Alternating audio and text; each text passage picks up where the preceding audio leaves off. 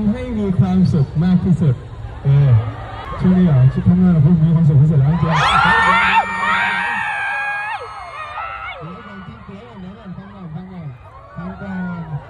ผมจะหมายความว่าคือ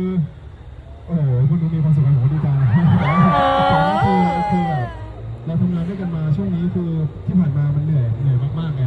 จนในช่วงนี้ที่แบบว่าอย่างที่ขอบคุณกันตลอดในทุกแฟนคอนหรือคุณพีอะไรอย่างเงี้ยจนวันนี้มันแฮปปี้มากๆแล้วก็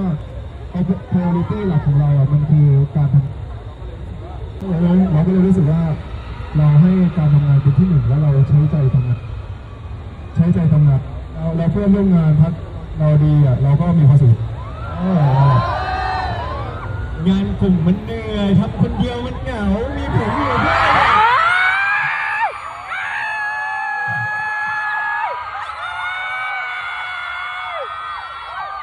กูเป็นลิงอ่ะพูดเลยไม่ใช่ก็ได้มันกลุ่มมันเหนื่อยใช่ไหมล่ะทำคนเดียวมันเหงามันก็เลยได้มีคนอยู่ด้วยไง